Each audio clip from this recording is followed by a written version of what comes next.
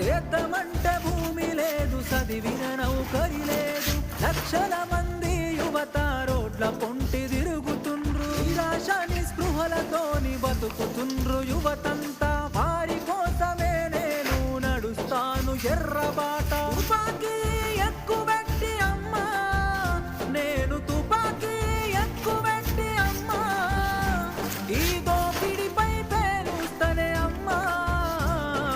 అమ్మా పొడు బాటలోనే నడుస్తనే పేదల కోసం, తిరిగి వస్తనాని ఎదురు చూడకమ్మ నా కోసం. కలో గంజో దాగి మనం కాలమెల్లదీద్దాము, అందరి కోసం నీవు ఆరాట పడబోకు.